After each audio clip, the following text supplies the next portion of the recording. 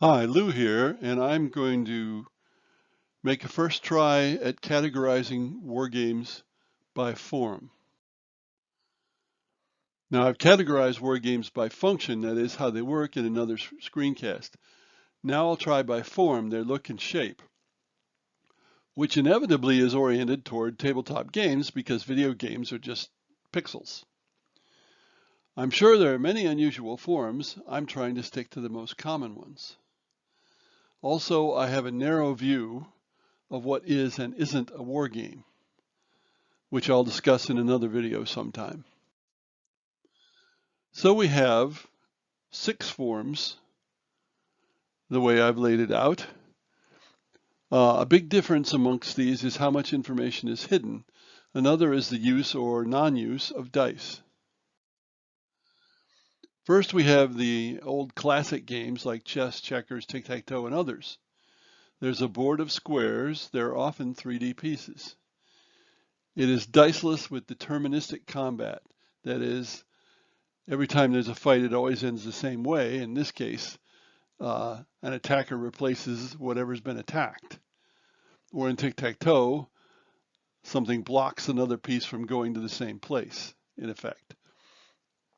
There's lots of maneuver, consequently.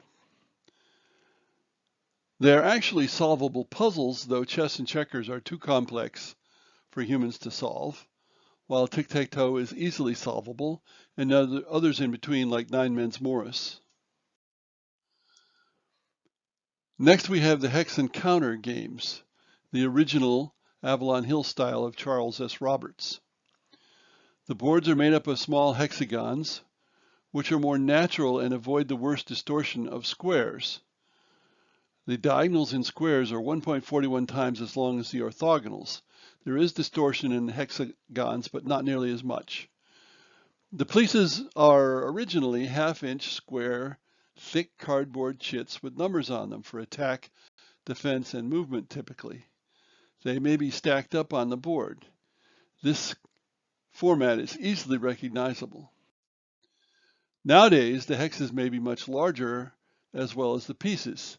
For example, in my Stalingrad Besieged, the cardboard pieces are 1¼ inches square.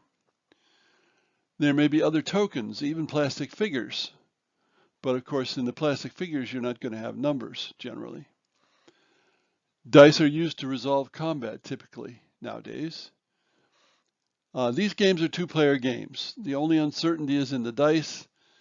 Yes, you don't know your opponent's intentions, but that's not necessary according to game theory. Next, we have what I've called area and connectivity map games. Risk and Diplomacy were the original ones that are still around, both from 1959, published the same year as Tactics, which was the original Hex Encounter game, except it used squares. Sometimes area and connectivity are called dudes on a map.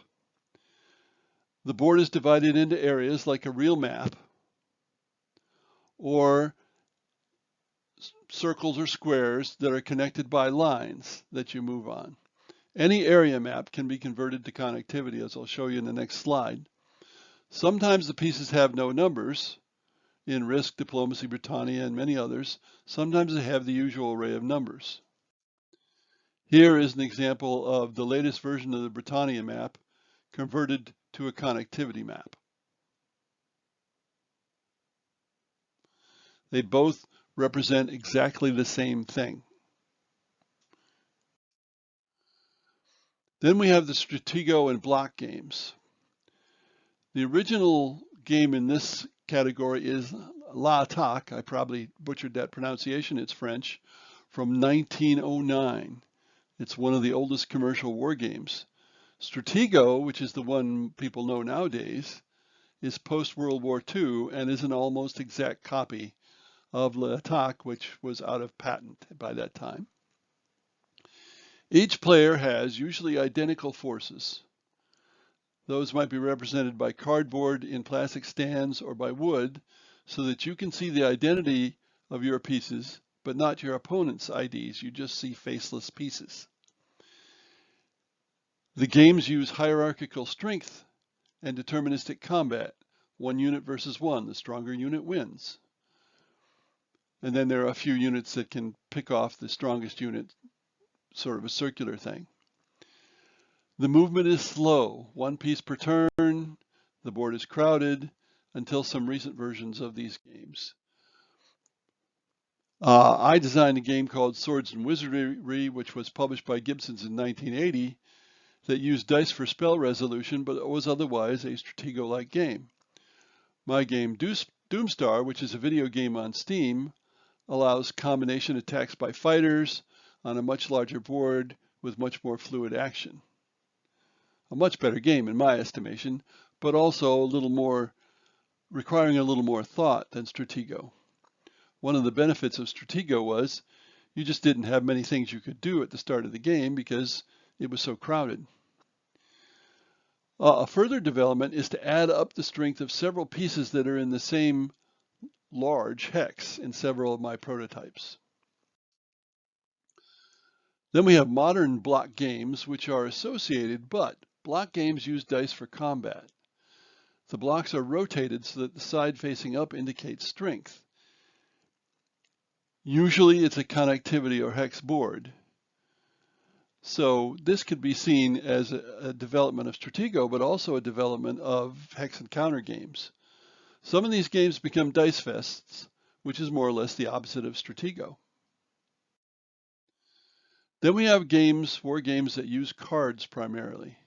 Now, if war games require maneuver in geospatial relationships, and they definitely do, how do you do this with cards? Well, some of the cards are laid out to make the board, and that's inexpensive. Up front from 1983, maybe the first of these games, my Hastings 1066, which was published fairly recently, is only cards plus some small markers. And that's it. It's a very simple and inexpensive production. But ironically, nowadays, publishers want more expensive productions. So my game, Stalingrad Besieged, which is essentially the same system, is much more expensive because there's a board instead of using the cards for the board, even though it amounts to the same thing. And there's 3 different kinds of pieces: blocks, cardboard flats, and cards. That was not my plan. That's what the publisher wanted to do. Then we have card-driven games, which are sort of a hybrid. Card-driven refers to a player's actions being limited by a hand of unique cards, usually unique. The player chooses what cards to play, and that determines what the player can do that turn. In some games, if you don't have the cards you want, there are things you simply cannot do.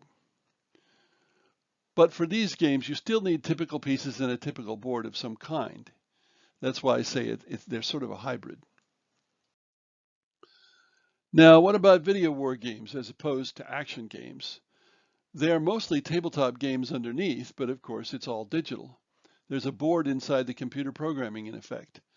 Now, RTS games, real-time strategy, rely on athletic skills more than thought, which makes for a separate category, but that's a matter of function rather than of form. Now, as I say, this is the first try at this kind of categorization that I know of. Suggestions for further categories are welcome. Thanks for listening.